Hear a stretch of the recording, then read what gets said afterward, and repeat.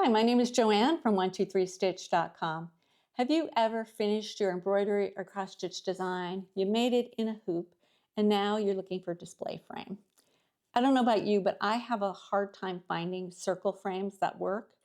I usually end up with a square frame and then I get a custom cut mat board for that nice circle opening that I want. Well, now there's another option. Bucilla has come out with a line of hoop frames. They have that opening that we're looking for, but on the back side, they also have a place where you can just stick your hoop right in there. It's pretty clever. I'm going to show you the different sizes and styles that are available and just how they work. Before we get started though, please go down below and click on that subscribe button. I don't want you to miss out on any of our upcoming videos. So the hoop frames are made of a nice wood. They have this light wood veneer finish, and they have that circular opening that we're looking for. And the openings correspond to embroidery hoop sizes. There's one for 3-inch, 6-inch, and 8-inch hoops. And those are just your standard size embroidery hoop. The different styles that are available, this one has this nice beaded border around the inside of the circle. You can get a heart-shaped frame. You can get a hexagon, you can get a square, and then there's also the circle without the beaded border around the inside.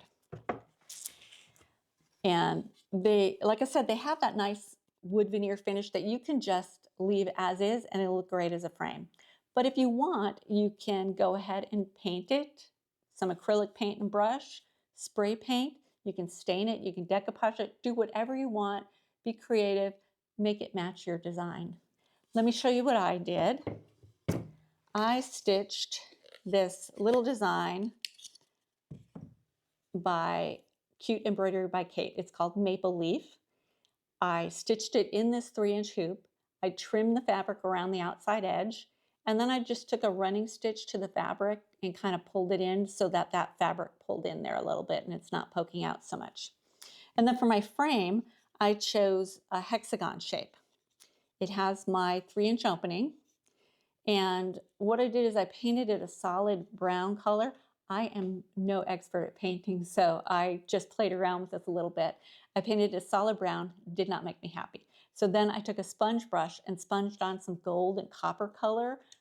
I'm very happy with how it turned out, and then I added this little leaf button on there as well.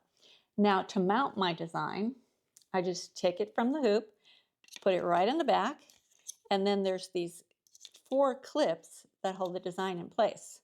We just bend those closed and then we're done. I think it turned out good. I'm very happy with the colors, and that's it.